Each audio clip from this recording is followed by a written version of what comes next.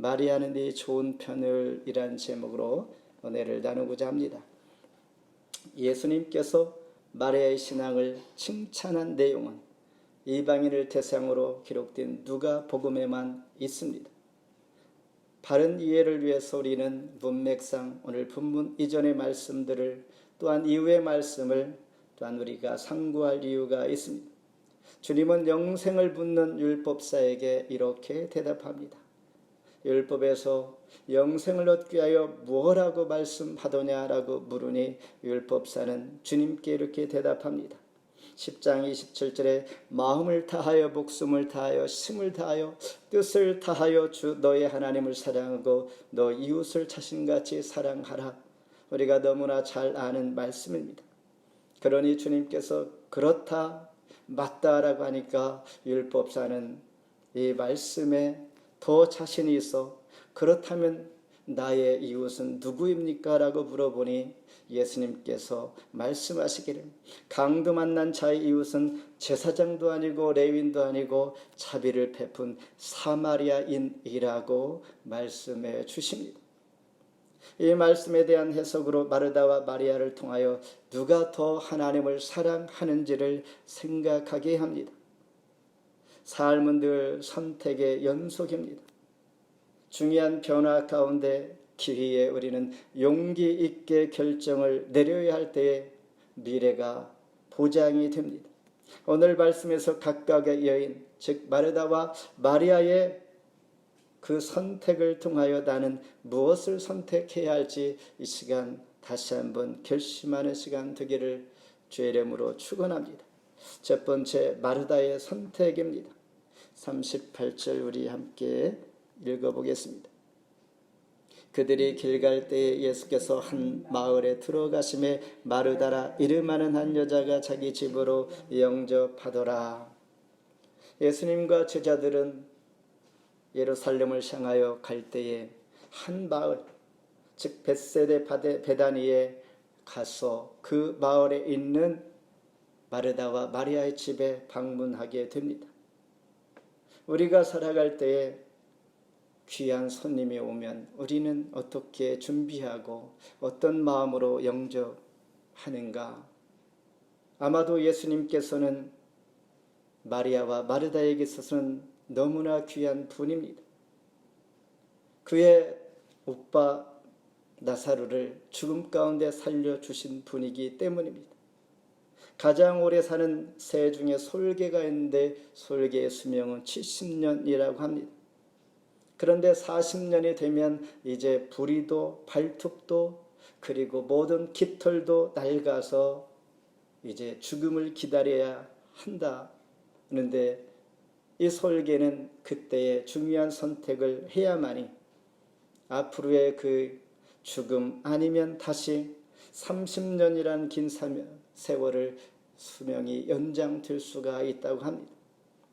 그래서 고통스러운 결심을 해야 하는데 그러기 위하여 높은 산 위로 올라가 바위에서 부리를 바위에 부딪혀서 깨고 새 것이 나오게 합니다. 새 부리가 나오면 이 부리로 자기의 깃털을 하나씩 뽑아냅니다. 그리고 발톱도 길어서 그대로 두면 사냥할 수 없기에 스스로 뽑아낸다고 합니다. 이 고통의 시간과 또한 새로운 깃털이 날 때까지 반년을 그곳에서 기다려야 하는데 이 결정과 선택 그리고 때를 기다리고 이런 고통을 참아내면 30년의 긴 시간 수명을 더 연장할 수 있다고 합니다.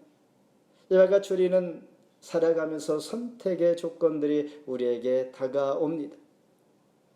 마르다의 선택은 어떠했는가? 서로 다른 가치관, 즉 마르다와 그의 동생 마리아는 가치관이 달랐습니다. 유대 땅 벳세데 즉 베다니에 온 예수님과 그의 일행들 마르다와 마리아의 집을 방문하니 얼마나 큰 기쁨이겠습니까? 말 그대로 큰 영광이었습니다. 그러므로 둘은 나름대로 준비를 하게 됩니다. 아마도 성경에서 마리아와 마르다, 나사로 이 세 형제만 소개되는 것을 볼 때에 그 부모는 일찍 돌아가시고 이들은 귀한 믿음을 붙잡고 하늘의 소망을 가지고 살아가는 나름대로 신앙을 지키며 믿음으로 살아가는 귀한 남매임에는 분명합니다. 주님이 방문할 때에 맞이하는 가치관, 그의 동생 마리아는 하나님의 말씀의 교제, 예수님께서 말씀을 전할 때 그 발치에 앉아 말씀을 듣게 됩니다. 그리고 그의 언니 마르다는 손님들이 왔으니 귀한 음식을 준비하며 접대 준비하는 일로 바쁘게 됩니다. 자연스럽게 이 두 자매는 나름대로의 준비를 하게 되는데 과연 저와 여러분은 누구의 편입니까? 누가 옳고 누가 그르고 누가 마땅히 잘 준비하는 사람일까? 우리 마음에 가는 사람은 누구일까? 대부분이 마르다 편일 것입니다. 언니이면서도 손님을 접대하는 책임감을 가지고 분주한 언니를 볼 때에 그래, 마땅하지. 그러나 얄밉게도 그의 동생 마리아는 예수님 발치에 예수님의 제자들과 함께 말씀을 듣고 언니의 그 시중도 돕는 일도 다 외면한 채 꼼짝하지 않는 마리아를 볼 때에 얄밉게 생각할 수 있습니다. 섬김을 택한 마르다. 40절에 마르다는 마음이 매우 분주했다라고 표현하고 있습니다. 당연히 분주하겠죠. 혼자 하다 보니까 영어로 분주를 distracted라고 말하는데 어지럽혀진 마음, 산란한 마음, 아마도 정신이 없었을 것입니다. 이리저리 뛰고 순간순간 믿음도 신앙도 그 자세도 다 흐트러지고 정말 정신이 없는 이 모습, 마음이 말 그대로 분주했습니다. 물론 섬김이라는 건 성숙한 신앙인이 하는 것입니다.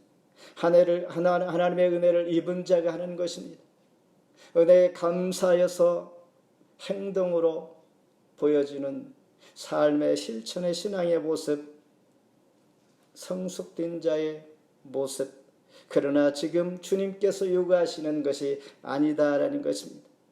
로마서 10장 2절에 내가 증언하노니 그들이 하나님께 열심히 쓰나 올바른 주식을 따른 것이 아니니라. 분주한 마음, 마음이 흐트러진 마음, 상황 가운데 주님께서 원하시는 뜻이 무엇인가 분별을 잃지 않아야 합니다.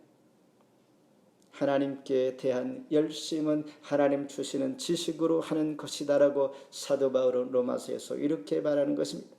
지식을 쫓아 열심을 내는 것이 진정한 합당한 열심이다라는 것입니다.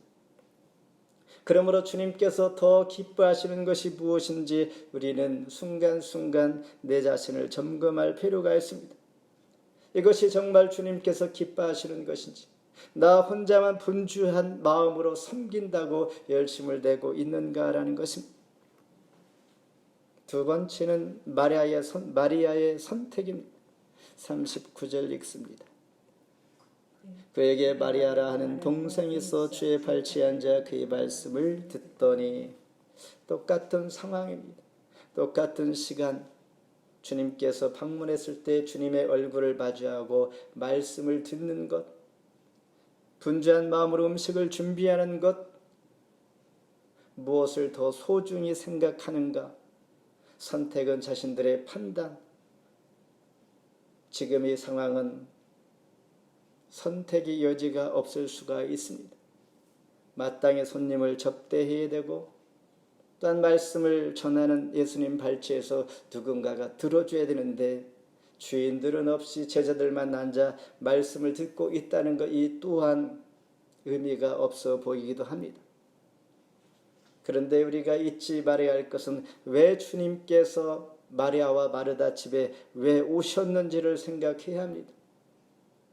제자들과 함께 말씀을 나누기 위해서 오셨다면 굳이 이 가정에 들어오지 않아도 되는 것 아니겠는가?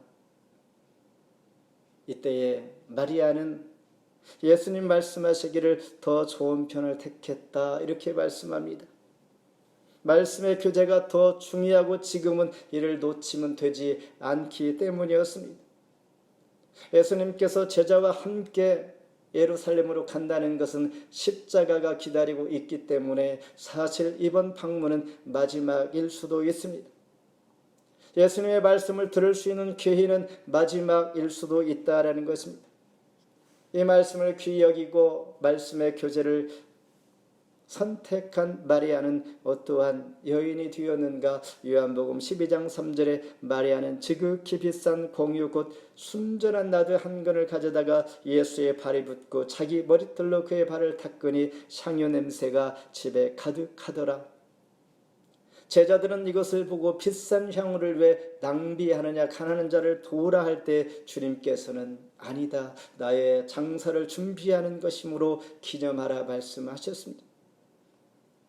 그러니까 말씀을 듣던 마리아는 시대를 분별하면서 하나님 말씀에 의지하여서 말씀의 능력을 힘입어서 마지막 주님의 장사를 준비하는 헌신을 하게 되는 것이죠.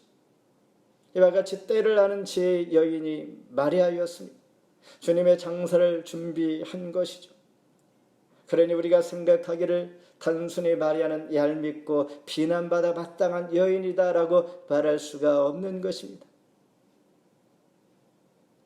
말씀을 들을 때가 있고 섬겨야 할 때가 있는 것처럼 마리아의 선택은 주님 말씀하신 것처럼 이 좋은 편을 택하였다. 마리아는 이 좋은 편을 택하였으니 라고 말씀합니다. 빼앗기지 아니하리라. 균형 잡힌 성숙한 그리스도인들의 모습으로 우리에게 소개하고 있는 것입니다. 마지막으로 주님의 반응은 어떠한가? 42절 같이 읽습니다. 몇 가지만 하든지 혹은 한 가지만이라도 족하니라. 마리아는 이 좋은 편을 택하였으니 빼앗기지 아니하리라 하시니라. 오늘 본문을 더 자세히 이해하기 위해서는 본문 이전과 이후의 문맥을 살펴볼 필요가 있습니다. 오늘 본문 이전에서는 예수님께서 70명의 제자를 파송합니다. 그들이 전도하고 돌아와서 예수님께 보고하기를 하나님께서 나에게 주신 능력, 귀신을 쫓는 능력, 이것으로 기뻐할 때에 주님은 말씀하시기를 그것으로 기뻐하지 말고 하늘에 너의 생명책에 이름이 기록된 것을 기뻐하라 말씀하셨습니다. 12제자도 있고 70명의 제자도 있습니다. 12제자는 구약시대의 12지파 온 이스라엘 믿음의 백성들을 상징하는 숫자요, 70이라는 숫자는 창세기 10장에서 70개의 민족을 소개할 때에 이방인 온 나라 하나님께서 구원해야 할 전도의 대상들을 소개할 때 누가복음은 수신자 말씀을 듣는 대상이 바로 이방인 헬라인이었습니다. 이처럼 하나님의 지금 관심은 이방인들 예수 믿게 하고 한 사람이라도 복음을 전하는 것이었습니다. 그러니 70명을 보냈다는 것은 상징적으로 이방인 구원을 위한 이웃사랑의 실천으로 주님께서 지금 말씀하고 있고, 이웃사랑의 구체적인 내용이 마르다와 마리아를 소개함으로써 우리에게 더 잘 알게 하는 것입니다. 그래서 2절에 보면 추수할 것은 많되 일꾼이 적으니 주인에게 청하여 추수할 일꾼들을 보내주소서 하라. 기도하라는 것이죠. 한 사람이라도 더 구원 백성 삼기 위하여. 마르다와 마리아 이야기는 어떤 의미를 가지고 있는가 하는 것을 우리에게 깨닫게 합니다. 기도하여서 한 사람이라도 더 구원 백성 삼기 위한 것이니 지금 집중해야 할 것이 무엇인지를 조금은 이해하게 됩니다. 오늘 우리가 살아가는 이 시대에 가장 중요하게 여기는 단어가 바로 관용입니다. 영어로 토러런스입니다. 서로 부담 주지 않고 나이스하게 대하는 것입니다. 남이 싫어하는 말을 하지 않습니다. 좋은 말만 합니다. 남이 잘 되건 안 되든 못 되든 우리는 별로 관심을 갖지 않습니다. 관여하지 않는 것이죠. 그렇다 보니까 관용이 강조되면 어떠한 일들이 일어나는가? 여성들에게 선택할 수 있는 자유의지를 주니 낙태나 이런 것들로 모든 것이 다 인정이 됩니다. 다른 종교도 존중해야 하니까 기독교, 기도하고 성경을 보는 이런 것들이 사라지는 것이죠. 그리고 성적인 경향, 개인의 성향을 인정해야 하므로 동성애가 합당화되어지고 결혼까지 하게 되는 것. 그러니까 성경에서 말하는 진정한 사랑이 바로 관용이 아니라는 것입니다. 성경에서 말하는 사랑, 이웃사랑, 섬김을 택한 마르다의 놀라운 믿음의 고백을 우리는 요한복음을 통하여 볼 수가 있습니다. 과연 마르다는 섬기기만 하고 음식만 준비하는 하나님 수준 낮은 그러한 자매인가라고 생각할 때 그렇지 않다는 것입니다. 성숙한 신앙의 모습으로 섬기고 있다는 것인데, 요한복음에서 요한복음 11장 25, 26절에 보면 예수께서 이르시되 나는 부활이요 생명이니 나를 믿는 자는 죽어도 살겠고 무릇 살아서 나를 믿는 자는 영원히 죽지 아니하리라. 이것을 너희가 믿느냐? 나사로가 죽었을 때에 주님께서 마르다에게 묻습니다. 그때 마르다는 어떻게 대답하는가? 요한복음 11장 27절에 주여 그러하위다. 주는 그리스도여 살아계신 하나님의 아들이신 줄 내가 믿나니. 이런 훌륭한 믿음의 고백을 하고 있는 성숙된 신앙이라는 것을 우리는 알게 됩니다. 그러나 주님께서는 결론적으로 말씀하시기를 섬기는 마르다의 분주한 마음, 섬김의 선왕의 본질을 잃는 마음을 지적합니다. 분주한 마음, 본질을 잃어버리는 그 마음을 지적하는 것이다라는 것이죠. 이웃사랑의 실천, 그리고 오늘 본문 이후에 누가복음 11장에서는 주님께서 제자들에게 기도를 가르쳐 주십니다. 이웃사랑과 기도, 이 사이에 껴있는 오늘 본문의 내용, 이방인들 전도를 위하여 기도하고 이웃사랑하는 하나의 예로 보여주고 있을 때에 지금 주님께서 강조하고 원하시는 뜻이 무엇인지를 우리가 알게 해주십니다. 마르다가 말한 것처럼 나 혼자 일하게 두는 것을 생각하지 아니하시나이까? 돕지 아니하니까 결국은 예수님께 찾아가 이렇게 불평하듯이 말을 하고 있는 그 마르다의 모습. 그때 주님은 말씀하십니다. Only one thing is necessary. 오직 한 가지 족하니라. 너희가 여러 가지 일을 하든 한 가지 하든 너희가 족하게 하라는 것입니다. 편안하게 만족하는 마음으로, 섬기는 마음으로, 기쁜 마음으로 하라, 이런 뜻이죠. 지금 무엇이 중한디라고 말할 수가 있습니다. 어쩌면 주님의 말씀을 들을 마지막 기회라고 했죠. 이웃사랑도 지치지 않고 새심을 얻어 섬길 수 있는 것도, 헌신할 수 있는 것도 말씀을 들으면서 시작해야 한다. 그러므로 말씀이 더 중요하다라는 것을 본문에서는 강조합니다. 말씀을 들으면서 은혜를 입어 그 증거로 나타나야 하기 때문입니다. 당연히 섬기는 것, 말씀을 듣고 성숙된 신앙이 하는 것인데, 오늘 본문에서 강조하는 것은 이웃사랑, 영혼 구원, 기도하는 것, 말씀, 하나님의 마지막 말씀을 들을 기회, 이것을 여기에서 지적하고 있다라는 것입니다. 말씀을 맺습니다.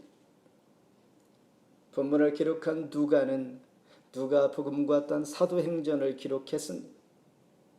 오늘 본문 이후에 기록되는 앞서 말한 11장에서는 기도에 대한 중요한 예수님의 가르침을 보게 될 때에 오늘 본문의 내용의 중요점은 리스닝, 하나님의 말씀을 듣는 것입니다.